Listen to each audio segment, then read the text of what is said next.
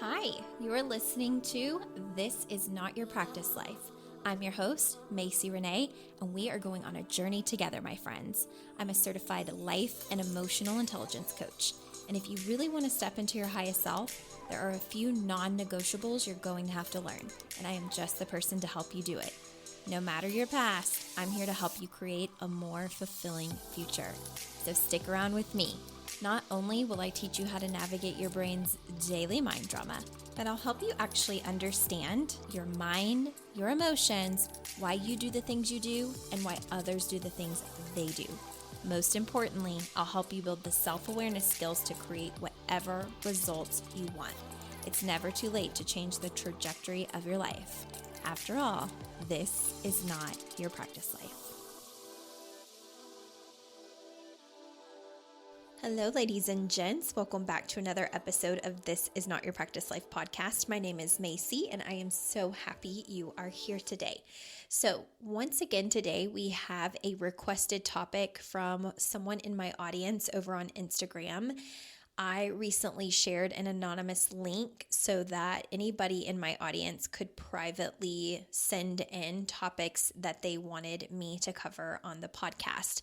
And I love doing this one because it tells me kind of what you guys have going on in life and need some help with, which I'm happy to cover on the podcast from a coaching perspective and an emotional intelligence perspective. But two, it also helps my brain have a little bit more rest in thinking of what the heck to talk about when I've been doing this for over 220 episodes or 220 weeks, give or take a few weeks off, right? So I definitely appreciate whenever you all send me something that you want covered, and you're welcome to do that anytime. If you want to do it anonymously, look for the times where that goes up on my Instagram stories. Otherwise, if you're okay with me knowing a topic that you want, you can message me a topic anytime, and I will do my best to cover it. So, and if you've sent me one in the past and I've yet to cover it, just reach out to me again and say, Macy, do you remember? You might have forgotten, but I wanted an episode on this. You're welcome to do that. So today's episode, this is what was asked in the anonymous link. So I'm going to read it to you. How not to bring up your ex in conversation in your new relationship and things that had affected you, and you're trying to explain why you are the way that you are now to your new partner. Wanting to explain to my new partner how my last relationship has affected me has been hard, and knowing how it must feel. Okay, so essentially, to wrap this up, this person is in a new relationship. It sounds like things from the past that they experienced might be coming up in the new relationship. This can happen a multitude of ways. And either they find themselves wanting to bring up their ex multiple times, or they, have found themselves maybe having conversations of, oh, my ex used to do this, or maybe it's even internal. Maybe it's not even verbally stated to their current partner, but it's like internally they're thinking, oh gosh, my ex used to do that. Oh my gosh, my ex did this to me. So let's talk about it. How do we not bring it up? So I'm just going to break down the different things that are in this submission, and we'll go from that. So how not to bring it up. Here's the thing. Let's talk about first why you're wanting to bring it up. You're wanting to bring it up because your brain's instinct is to protect you. Okay? So what our brain does is it takes evidence of things that have happened in our past, and it basically, on hyper alert, enters into the present moment to try to control what emotions we might feel in the future. Okay? So this is with any situation pretty much. If you've had an experience of the past, specifically experiences that you've not been fond of, it could be traumas that you've experienced. It could be unpleasant emotions you've felt in the past. It could be unpleasant circumstances that have hurt you or have created just emotions that were very difficult to process. What your brain does is it stores it away, Okay. And then it makes you hyper aware going into your everyday life to watch out for it because it considers it dangerous. Okay. It doesn't always mean that whatever happened in the past was necessarily dangerous. Sometimes yes, like if it was, like abuse of some sort, yes, your brain is definitely going to be super protective of you. But if it's things like someone said this to me and it hurt me, or, someone used to do such and such, or talk this way, or laugh this way, and I have an example for that, or do this thing. And even if it wasn't necessarily dangerous, but it created unpleasant emotion for you, what your brain wants to do is make sure you don't have to experience those unpleasant emotions ever again. And so it's on hyper alert and looking for it, okay, in order for it basically to give the signal of like, okay, this is not a good scenario. This is dangerous and we need to get ourselves out of this situation. That's essentially what the brain is doing. Now, what to know about this is that there can be similarities and traits within other people that we come across that don't necessarily mean they are the same type of person as someone who has hurt us in the past. So I'm going to give an example of this just right out of the gate. Growing up, I had a kind of a sticky, rough childhood. And there's a certain someone that comes to mind that I'm not going to mention on this podcast, but there's a certain someone in my life that was very condescending and could be very verbally abusive to not necessarily me all the time, but to other people. And I watched it a lot in childhood. And this person had this condescending, sarcastic laugh. And every time this person did a dig into someone else or said something like passive aggressive or snarky, they would have this certain laugh.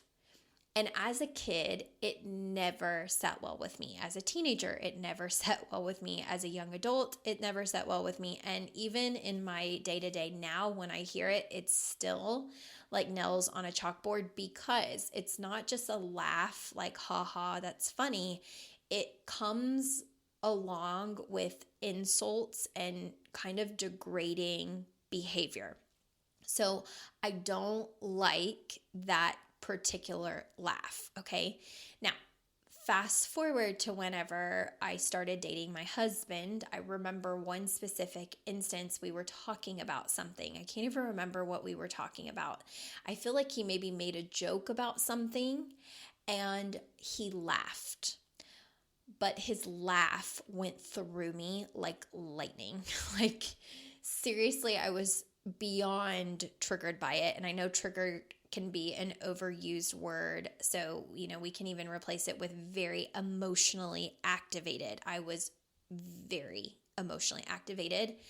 And I immediately felt like defensive and turned off and disgust. Like I would say like that was the reaction, and it was all over my body language and all over my face because he looked at me and he was like, "What's wrong?" Like he didn't even know what had happened.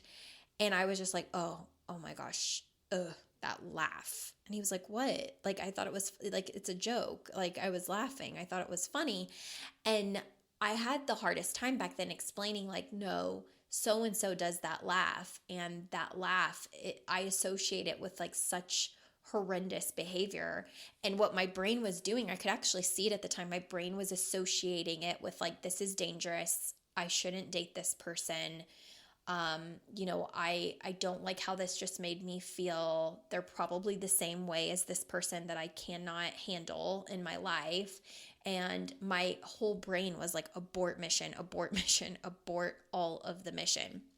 And I did this in a lot of ways whenever I started dating my husband because I had never had coaching. Like I had therapy for up to, let's see, when we started dating, I've done a total of like 17 years of therapy before I ever had coaching.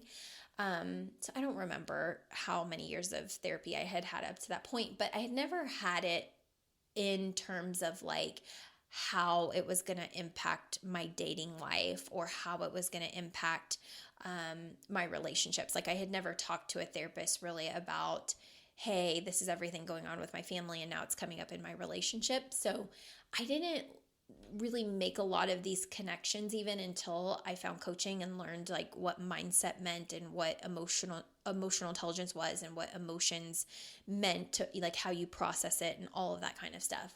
And what it really did was illuminate in me that very early on in our relationship, and a part of why things often felt hard and we would argue every now and then, was because I would bring up my past into the present moment. I would bring up all the negative associations I had with past people, with things that they did, with things that they said, with things that they didn't like, with ways that they treated me, with ways that they treated others. And my brain would use that evidence in attempt to try to keep me safe from anybody that I interacted with in my life, whether that was a friend, a stranger, a partner, another family member, whatever. And so this is what I imagine is happening in this new relationship with whoever submitted this question, is that their brain is scanning everything that they went through in their last relationship and trying to use that to keep them safe from what they could experience in this new relationship. But I will say, if we don't heal, like if we haven't healed ourselves and we are entering a new relationship, it will immediately highlight the areas that still need work within us, because you will find yourself becoming emotionally activated by things that maybe you thought you healed when you were by yourself or single. And it's just like an invitation when you notice yourself being upset by something in the new relationship, and like it's an opportunity, an invitation to explore what's coming up and why. It's kind of like, hey, this is coming up. This is an opportunity for you to heal it, not for your partner to heal it for you. Do you see what I'm saying? So it's really an invitation for more intentional work within yourself and highlighting what you can do within yourself. So for instance, anytime that I was emotionally activated / triggered by things that I would think were the cause of my now husband, most times it wasn't whatever had just occurred. It was like the trigger of, oh shoot, that reminded me of this event that happened in 1997, right? Or 2001, or this tone that they had, or this laugh that they had. And I'm irritated by it. And so what it showed me instead was like where I had not healed things of my past and where I had not addressed old emotions. And I was trying to bring that history book into the new relationship. And I knew very early on, like, that it would sabotage our relationship if I could not work through my stuff, because the reality was he did not and was not matching the behavior of the people from my past, right? There would just be like a little activation of something that would be that would remind me of like where I was storing things in my body, and then I would either react to him in a negative way, or as I became more aware, I'm like, okay, clearly I have not gotten over this thing and why. So it really helped me whenever I got into coaching, understanding like what was being activated from my past versus what things I was seeing in, the present moment that maybe I needed to work on. And so here's the next part of this. I don't think it's a bad thing to have conversations with this new partner and just kind of, at times let them know maybe why you are emotionally reacting the way that you're reacting or feeling the way that you're feeling. But I think it's really important to make the distinction of not blaming or, putting everything on the new partner that they need to fix or behave a certain way to make you feel better. Like, that's your work. Your work is to take your past, notice how it's showing up in the present, and work on healing that in those parts of yourself. It's not the responsibility of the new partner. It's, it's just not the responsibility of anybody else. Like, you're going to have to do that within yourself. There are, like in the past, I've done a training where I talked about the metaphorically, like if you think of a whole human body, so for women, for instance, you think of our entire body. What happens a lot of times when we are feeling like we've had wounds and traumas and hurts and just difficult experiences, I like to think of it as like it puts a hole that you can see right through within our body. So I want you to imagine like the human body with a bunch of little holes in it, okay? And what we do oftentimes is we move from partner to partner, or we move from friend to friend, or we find people in our life that are willing to like plug the hole. So like, for instance, if I was like, I've never felt wanted, or I've never felt good enough, and you imagine that being a hole, in which case you can see right through me, what oftentimes will happen is we attract or look for the people who will come into our life and be like, oh, you're so wanted, or you are totally good enough. And that feels good, right? If we haven't learned how to give it to ourselves, we will latch onto that. And when we latch onto it, they temporarily will plug that hole that is inside of us. Like, I feel unworthy, or I feel unloved. They're like, oh, I'll love you. You are worthy. So they plug that hole. But what happens also is that if that relationship doesn't work out, if that relationship gets rocky at any point, if it starts to kind of crumble or get challenging, they pull that plug that was once borrowed, right? And let's say you break up. What you're left with is still the holes of I feel unworthy, or I feel unwanted, or I don't feel good enough, right? And it never feels good. And so we go from person to person, or, partner to partner, and we try to find another person that's going to help us heal that hole. But again, this is our responsibility. We have to be willing to do that for ourselves, because what you actually want is to feel whole because you have healed, and attract another person who is whole, not where you're having to plug their holes for them to feel good, and vice versa, right? Ideally, that's not what we want, because that becomes something it's like filled with tasks and filled with, I need you to be a certain version in order for me to feel whole and complete and good. And that becomes very taxing, and it's very hard on a relationship, right? Because usually that means there's blame and victim mentality, even subconsciously.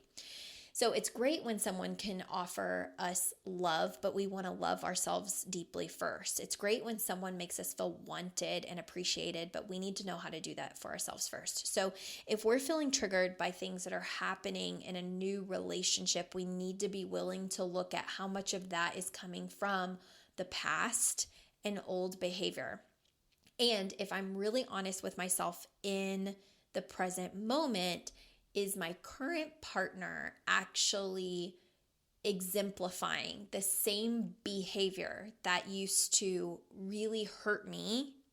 Or am I having thoughts from my past that I'm bringing into this present moment in an attempt to keep me safe? Because there's a difference, right? So you have to be like, the self-awareness here is so important. Your emotional self-awareness, your just overall mindset self-awareness, like all of that is just very, very crucial, because you want to see, anything that you haven't healed, oftentimes you will reattract. It's kind of like they say the universe will just keep sending us lesson after lesson after lesson until we learn the lesson. And so sometimes what it could be is, I haven't healed something, and so I've attracted it again, because I have to learn how to process and heal this again. I have to learn how to speak up for myself. I have to learn how to not people please. I have to learn to set boundaries. I have to learn to communicate. And so sometimes we will attract similar things of the past that weren't good for us, because we still haven't healed and learned the lesson. Other times we haven't necessarily attracted the same thing. We're just picking pieces of what, like, our emotions that we felt in the past and feeling them again in the present moment and associating that feeling with it's this person doing it to me, right? Which may not always be true. So, what I would say from an emotional intelligence perspective here in a new relationship is noticing within your own body when you feel triggered or upset by something, when you feel emotionally activated by something. Really getting clear on what is it? Is it as simple as a laugh? Is it a sentence that they said that an ex used to say to me in a condescending way? Did my current partner say it in a condescending way, or did they just say the same words in a completely different way? But my association now has me thinking like something's wrong, even if they didn't say it in the same tone, right? So you have to be very mindful and very observant of these types of things. And what I would recommend is that if it's nagging at you and you're really having a hard time, you can always ask the question, what did you mean by that? Or what did you mean when you said that? Or, like just asking for clarity first. That oftentimes if we ask for clarity, if we approach situations with curiosity, we won't get as defensive as quickly, because we want to understand. Like if we're going into our conversations and communication with other people with the intention to understand why something was said, how it was said, what they meant by something, it helps kind of decrease that level of intensity of emotion in the moment, right? It helps our impulse control. And then from there, once we get their answer, if they're like, oh, I didn't mean anything negative by that, or this is what I meant, then we get to see like, okay, how do I want to respond now that I have their answer? And you can even explain further and be like, okay, thank you for explaining that. I noticed that I felt very emotionally upset by it.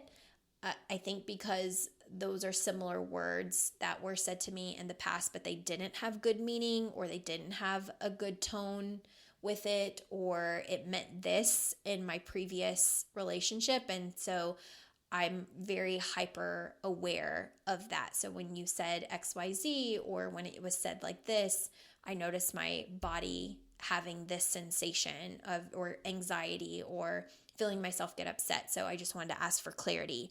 And again, doing it in such a way where it's not coming from defensiveness, but rather like, I'm really trying to understand myself. I'm trying to understand you. And then I'm having the conversation of where my emotional reaction is maybe coming from, so that we can communicate it in a very emotionally mature way, hopefully together. And keep in mind, it's often like this makes it sound easier said than done, because sometimes, again, and I've said this a million times ad nauseum on the podcast, but oftentimes if we're very self-aware, if we're doing emotional intelligence work, if we're focused on our mindset, just because we're doing it and doing this work in our life doesn't mean that everybody else in our life is. So we're going to encounter people with different levels of EQ, or emotional intelligence, and which ultimately means your emotional intelligence is ultimately your emotional maturity and emotional awareness and resilience. And so everybody has a different level at which they are operating emotionally. The more someone is working on themselves, the higher their EQ will be. The less someone explores anything of themselves or their past or why they are the way that they are, the likelihood is that their EQ is probably going to be on the lower end, especially in certain categories. And so sometimes you may be trying to communicate in a very emotionally mature way and advocate and speak up and understand, but you might be met with resistance. You might be met with emotional immaturity. You might be met with someone who just doesn't get it or doesn't understand. And, you get to decide what you do with that. You get to decide if you're very patient, if you allow them to just be who they are and where they are in that, or, if you're dating and you're like, you know what, I do want someone that can hold space for me. I want someone that can, be asked questions without getting defensive. I would like someone who, wants to hear what I've got going on in my mind and doesn't make me feel shame for sharing it, especially if I'm working on myself and not just blaming and not pointing a finger and not getting, all riled up and yelling and screaming. Like if I'm managing my emotions, I really want to be with someone who can also manage theirs.